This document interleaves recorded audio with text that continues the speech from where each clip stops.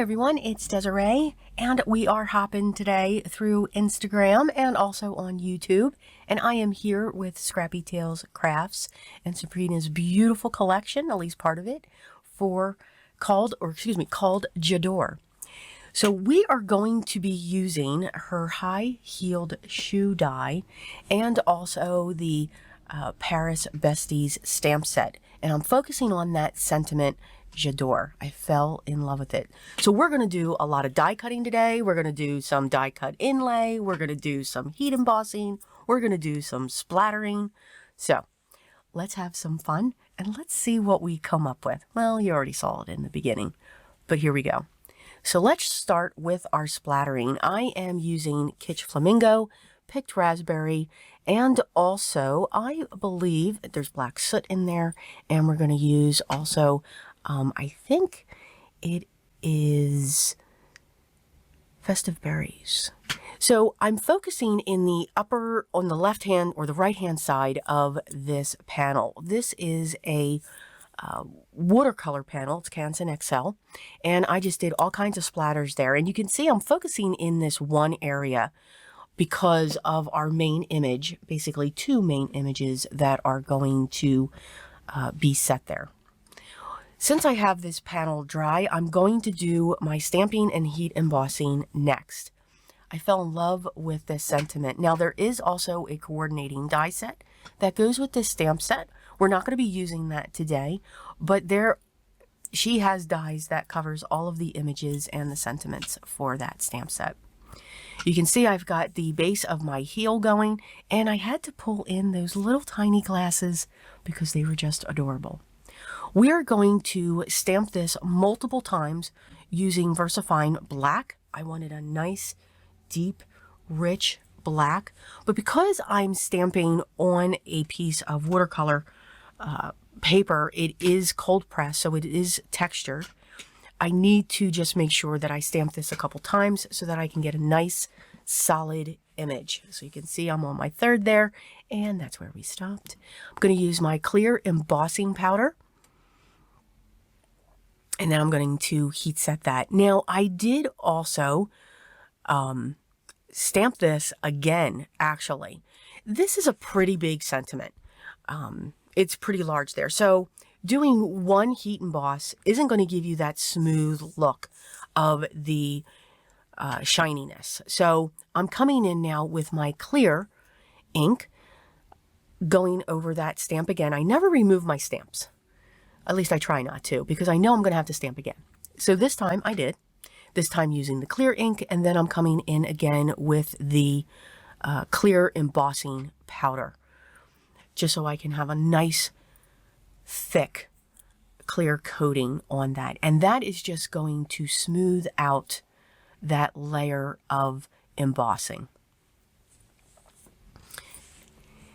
I'm going to set that aside. Well, no, we're not. We're going to work on our background. Now, I added, because of all the heat embossing that I did and the heat setting that I did for the watercolors, I'm going to use for each level, because I have a bunch of mats coming up, for my panels. This is my U-line 2-inch film tape. It's not a forgiving tape. It's a very strong tape, but it flattens anything that's watercolored, anything that you heat, anything that you imply water or heat to, because that paper will warp. This will flatten it out. I have a piece of red cardstock behind this, and now I'm going to set in, this is Tonic Studios Petal Pink. It's an iridescent pink. It looks really wild here on the camera, but it is a subtle iridescent pink. And I'm going to use my double-sided tape to place this on the final mat. I almost put the 2-inch film on the other one, and then it would have stuck to my mat, and that would have been comical, me trying to get that off. So now that I have those two mats there, I'm going to come in with the final layer of the tape. Yes, there's a lot of tape going on here, and I keep it all in. Yes, I want you to see all of this. But it is a good tape. It is linked down below. It just flattens the card right out. And when I place that down onto my 7x7 card base that I'm using here, it's not going to curve at all. It keeps it very flat because I will be using this as a home decor piece because I just fell in love with it. We're covering up the whole front, and now that we have our base done, we are now ready to get that high heel going. Yes, I remember back in the day, although I still do wear them. I love heels like this. My foot is actually more comfortable in a heel like this. I don't wear them anymore though. I'm on a construction site, so yeah, that would be bad and not allowed. But I just fell in love with this. Now she has the dies that also where you can have the heel a different color, you can have the toe a different color, you can have the base because it's a platform heel.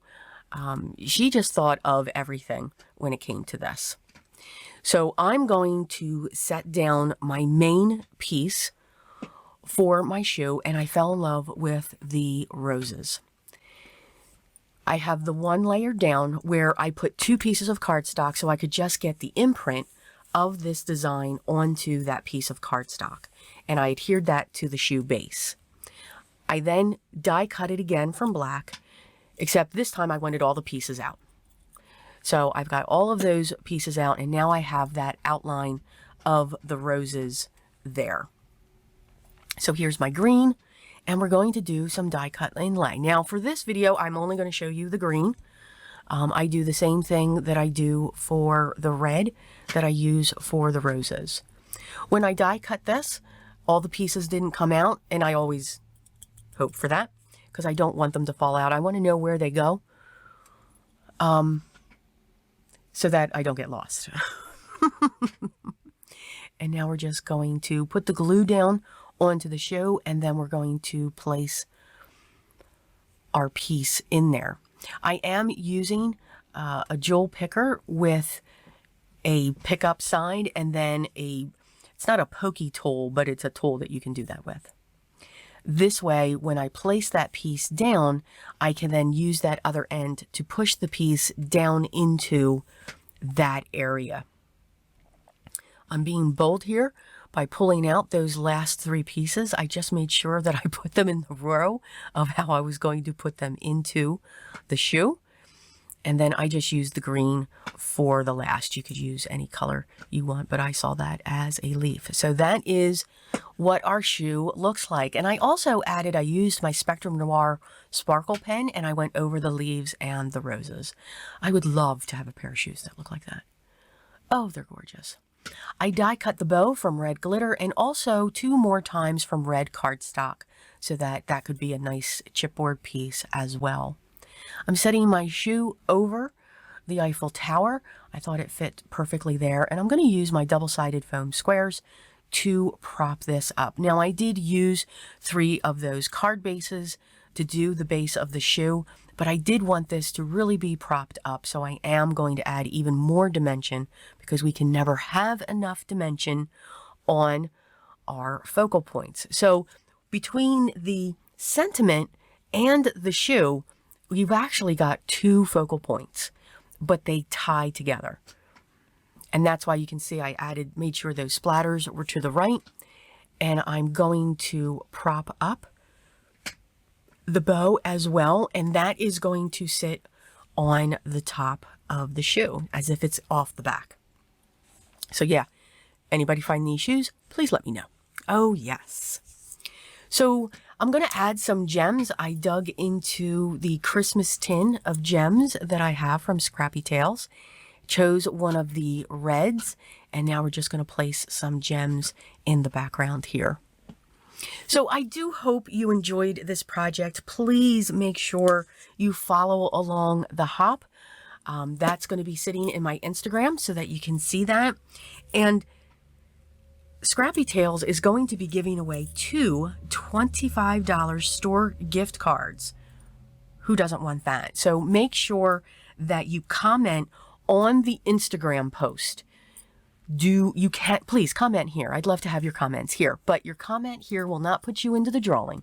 So make sure you go back to the Instagram and make sure you comment there, and you will be put in for a drawing for those. The winners will be announced on or around January 29th. So you've got plenty of time. And remember, go see everybody's beautiful projects I've seen some of them and I am just blown away. But make sure you comment and like there too on each of them, because that's even more chances for you to win. Okay, I can't wait to see everybody's as well. The products that I used will be listed down below if you're curious, and you have to see this collection. It is absolutely amazing. And I know I say that for every one of her collections, but I'm not sure what goes on in that mind, but it is absolutely wonderful when it comes to us die cutters. Absolutely.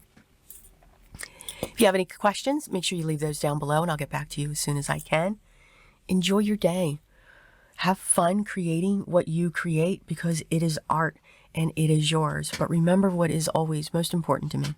Always be creative, guys, and I will talk to you in the next one. Till then.